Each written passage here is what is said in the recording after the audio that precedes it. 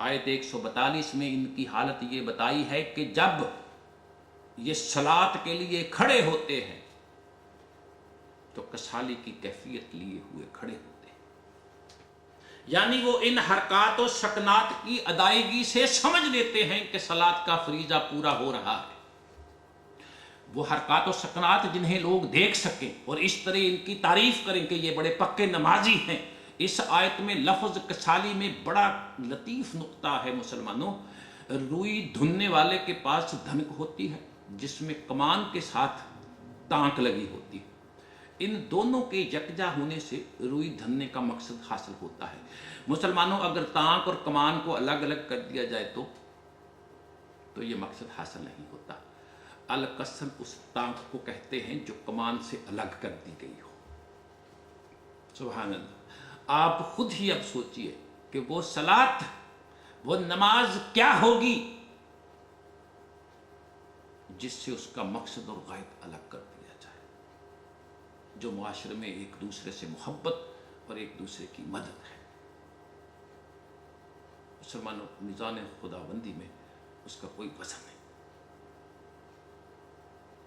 میرے محترم دوستوں اور بزرگوں، سورہ توبہ آیت 54 میں منافقین کی یہ کیفیت بتائی کہ وہ صلاۃ کی طرف آتے ہیں تو کسالی کی کیفیت لیے ہوئے، اگر دین کی خاطر کچھ دیتے ہیں تو بیگار سمجھتے ہیں۔ ان آیات سے بھی یہ حقیقت آپ کے سامنے آ گئی ہوگی کہ صلاۃ اور نظام معیشت کا کس طرح چولی دامن کا ساتھ ہے۔ مسلمانوں، جس صلاۃ سے، جس نماز سے معاشی نظام کو الگ کر دیا جائے، جس معاشی نظام کو نظام صلاۃ سے جدا کر دیا جائے، تو قرآن اسے صلاۃ تسلیم نہیں کرتا۔ آپ سورہ بقرہ کی وہ آیت پڑھیں جہاں فرمایا کہ نیکی اور کشاد کی راہ یہ نہیں کہ تم اپنا منہ مشرق کی طرف کرتے ہو یا مغرب کی طرف۔ نیکی اس کی ہے جو اللہ سبحانہ پر ایمان لائے کہ اللہ سبحانہ حاکم ہے، اس کے علاوہ ہمیں کسی کی حاکمیت قبول نہیں، نہ کسی کو حق ہے۔ آخرت پر ایمان لائے کہ اللہ کے حضور اس کی عدالت میں اپنے کیے دھرے کے لیے کھڑے ہونا ہے۔ ملائکہ پر ایمان لائے کہ وہ انسان کے نگران ہیں، چپس کے اوپر لکھتے جاتے ہیں جو انسان کرتا ہے۔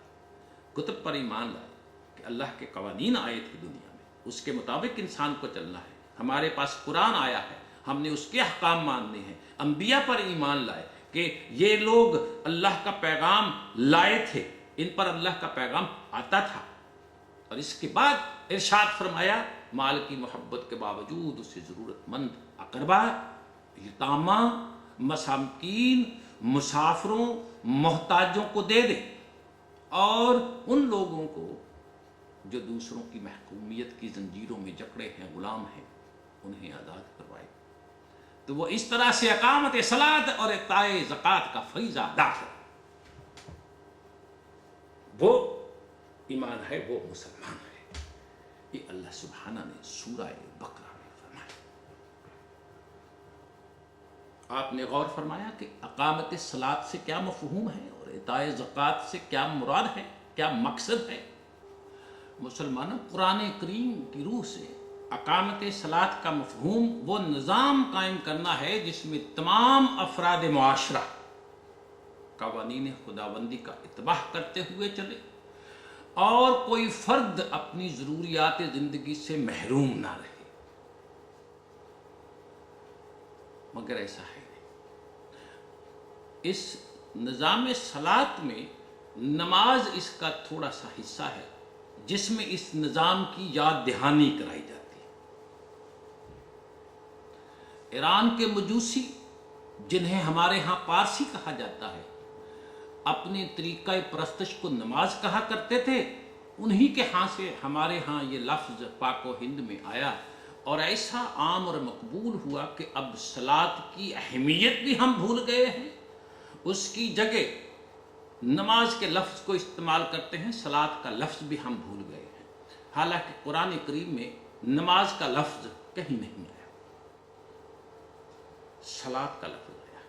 سورہ شورى آیت 38 میں اللہ سبحانہ نے فرمایا یہ وہ لوگ ہیں جو احکام خداوندی کے بلاوے پر لبیک کہتے ہوئے آتے ہیں، اقامت صلاۃ کرتے ہیں اور امور مملکت، لوگوں کے مسائل باہمی مشاورت سے طے کرتے ہیں، حل کرتے ہیں۔ پھر سورہ النساء آیت 103 میں فرمایا، یاد رکھو صلاۃ مومنین کے لیے ایک موقت فریضہ ہے، بالفاظ دیگر جو وقت اس کے لیے مقرر کیا گیا ہو اس وقت اس اجتماع میں شرکت لازم ہوگی۔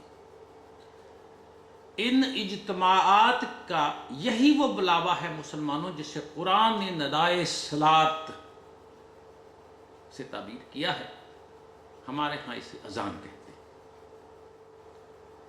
سورہ جمعہ ارشاد ہوتا ہے، اے افراد جماعت مومنین، تمہیں یوم الجمعہ کو صلاۃ کے لیے آواز دی جائے تو سب کام کاج چھوڑ کر مقامی اجتماع کی طرف لپک کر آ جاؤ، وہاں اللہ کے احکام کی باتیں ہوں گی، اللہ کے قانون کی باتیں ہوں گی۔ تو میرے مسلمان بہن بھائیوں، نظام صلاۃ کا، نماز کا، صلاۃ کا جو مقصد ہے وہ ہمارے ہاں پورا نہیں ہو رہا۔ ہم نہ تو مشاورت کرتے ہیں نماز کے بعد، نہ ہم مسکین کے متعلق سوچتے ہیں، نہ ہم نمازیوں کے ساتھ بیٹھ کر آپس میں ایک دوسرے کے دکھ درد کو پھولتے ہیں، نہ ان کا کوئی مداوع کرتے ہیں۔ تو ہمیں صلاۃ کے نتائج بھی نہیں مل رہے۔ مسلمانوں، قرآن نے جب کتاب کے ساتھ حکمت کو بھی منزل من اللہ قرار دیا، یعنی اللہ سبحانہ نے قرآن میں کتاب اور حکمت دونوں کو نازل کیا، تو اس سے ایک بہت بڑی حقیقت کی طرف اللہ نے اشارہ فرمایا۔